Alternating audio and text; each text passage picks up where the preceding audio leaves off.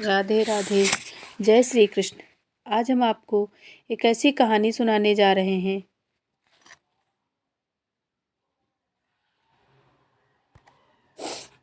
जिसको सुनकर आप भक्ति से सराबोर हो जाएंगे।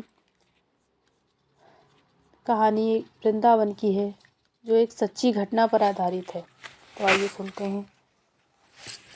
मथुरा के निकट एक गांव में छोटी लड़की रहती थी। वृंदावन के निकट होने के कारण वहां से बहुत लोग ठाकुर जी के दर्शन को जाते थे। जब वो छोटी बच्ची 5 साल की हुई तो उसके घर वाले बांके बिहारी जी के दर्शन के लिए जा रहे थे। उस समय वाहन बहुत कम थे,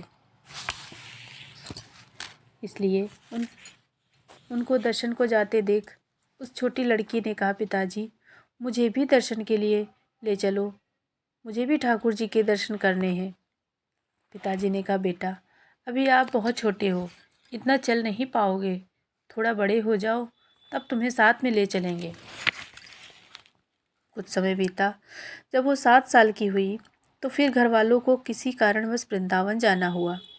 फिर उस बच्ची ने कहा, पिताजी ठाकुर जी के दर्शनों के लिए मैं भी चलूँगी। लेकिन किसी कारणवश वो उसको ना ले जा सके।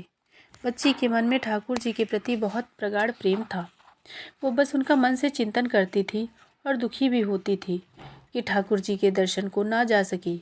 आज तक गांव में उसके सभी सहपाठी प्रभु जी के दर्शन कर चुके थे। जब वो ठाकुर जी के मंदिर और उनके रूप का वर्णन करते तो बच्ची के मन में दर्शन की ललक और भी बढ़ जाती। समय अपने पंख लगा के बढ़ता गया। कई अवसर मिले जाने के, पर शायद उसके भाग्य में ठाकुर जी के दर्शन नहीं लिखे थे। जब वो 17 साल की हुई तो उसके पिताजी को उसके विवाह की चिंता हो गई।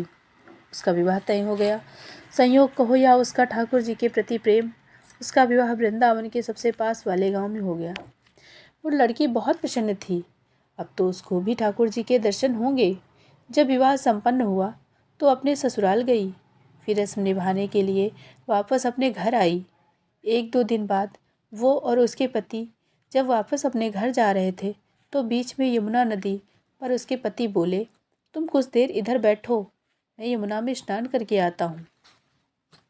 उस लड़की का चिंतन अब ठाकुर जी की तरफ चला गया और सोचने लगी कि कब ठाकुर जी के दर्शन होंगे। उस लड़की ने लंबा घूंघट निकाल रखा है क्योंकि गांव है, ससुराल है, और वहीं बैठ गई। फिर वो मन ही मन विचार करने लगी कि देखो ठाकुर जी की कितनी कृपा है, उन्हें मैंने बचपन से भजा और दर्शन के लिए लालायित थी। उनकी कृपा से अब मेरा विवाह श्रीधाम वृंदावन में ही हो रहा है,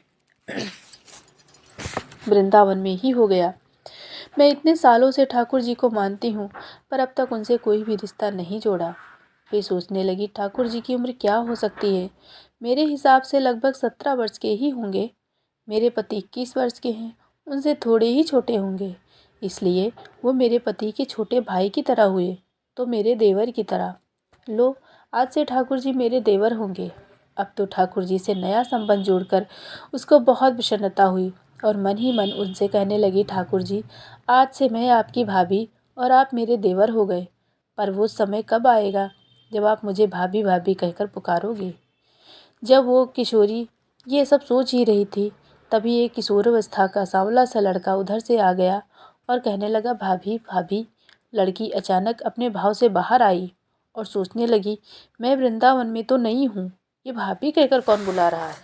वो नई थी इसलिए घूंघट उठाकर भी नहीं देखा कि गांव के किसी बड़े बूढ़े ने देख लिया तो बड़ी बदनामी होगी। जब वह बालक बार बार कहता पर वह उत्तर ही ना देती, तो बालक उसके पास आया और कहा, भाभी नेक अपना चेहरा तो दिखाए दे। अब वो सोचने लगी, अरे ये बालक तो बहुत जिद कर रहा है, इसलिए उसने और कस के अपना घूंघट पकड़कर बैठ गई और कहीं घूंघट उठाकर देख ना ले।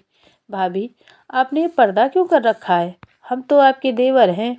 उस लड़की ने उसको एक नज़र देखा और कहा, नहीं हम आपको नहीं जानते, और घूंघट ओढ़ लिया। नहीं नहीं, हम आपको जानते हैं, आप उस गांव के हो ना, बस कुछ ही दूर में हमारा घर है, भाभी अपना चेहरा तो दिखाओ। जब कह दिया ना हम आपको नहीं जानते, इनको पता चल गया तो बहुत मार पड़ेगी। भाभी आप तो नाराज़ हो रही हो, देखो, हम आपके इतने प्यारे देवर हैं, आपसे मिलने के लिए इतनी दूर तक आ गए और आप हो कि बात भी नहीं कर रहे हो। क्यों, आप हमसे मिलना नहीं चाहते थे? और इतना कहते ही लड़के ने घूंघट खींच लिया और चेहरा देखा और भाग गया। थोड़ी देर में उसका पति भी आ गया। उसने अपने पति को सब बात कही। पति बोला, चिंता मत करो, वृंदावन बहुत बड़ा थोड़ी है। कभी भी किसी गली में लड़का मिल गया तो हड्डी पसली एक कर दूंगा, फिर कभी भी ऐसा नहीं कर सकेगा। तुम्हें जब भी और जहाँ भी दिखे मुझे ज़रूर बताना। फिर दोनों घर चले गए। कुछ दिन बाद उसकी सासू माँ ने अपने बेटे से कहा, बेटा देख, तेरा विवाह हो गया और बहू मायके से भी आ गई, पर अब तुम दोनों अभी तक बांके बिहारी जी के दर्शन के लिए नहीं गए। कल तुम जाकर बहू को ठाकुर जी के दर्शन करा कर लाना। अगले दिन दोनों पति और पत्नी ठाकुर जी के दर्शन के लिए मंदिर जाते हैं। मंदिर में बहुत भीड़ थी। लड़का कहने लगा, देखो तुम स्त्रियों के साथ आगे जाकर दर्शन करो, मैं आता हूँ। जब वो आगे गई पर घूंघट नहीं उठाती। उसको डर लगता, कोई बड़ा बूढ़ा देखेगा तो कहेगा, नई बहू घूंघट के बिना ही घूम रही है।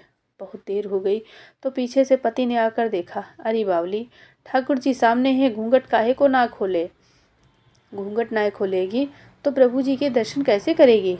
अब उसने अपना घूंघट उठाया और जो बांके बिहारी जी की ओर देखा तो बांके बिहारी जी की जगह वही बालक मुस्कुराता हुआ दिखा। तो वह चिल्लाने लगी, सुनिए ओ जी, जल्दी आइए, जल्दी आइए। पति जल्दी से भागा भागा आया और बोला, क्या हुआ। लड़की बोली, उस दिन जो मुझे भाभी भाभी कहकर भागा था ना, वो लड़का मिल गया। पति ने कहा, कहाँ है, अभी उसे देखता हूँ, बता तो जरा। उसने ठाकुर जी की ओर इशारा करके बोली, ये रहे, आपके सामने ही तो है। उसके पति ने जब देखा तो अवाक ही रह गया और वहीं मंदिर में ही अपनी पत्नी के चरणों में गिर पड़ा और बोला, तुम बहुत ही धन्य हो। वास्तव में तुम्हारे हृदय में सच्चा भाव ठाकुर जी के प्रति है। हम इतने वर्षों से वृंदावन में हैं, पर आज तक हमें उनके दर्शन नहीं हुए, और तेरा भाव इतना उच्च है कि ठाकुर जी ने तुझे दर्शन दे दिए। ठाकुर जी से सच्चे प्रेम से जो भी रिश्ता बनाओ तो ठाकुर जी उसे ज़रूर निभाते हैं, जैसे इस कहानी में ठाकुर जी ने देवर भाभी का निभाया। कहानी अच्छी लगी हो तो लाइक और सब्सक्राइब ज़रूर कर दीजिएगा।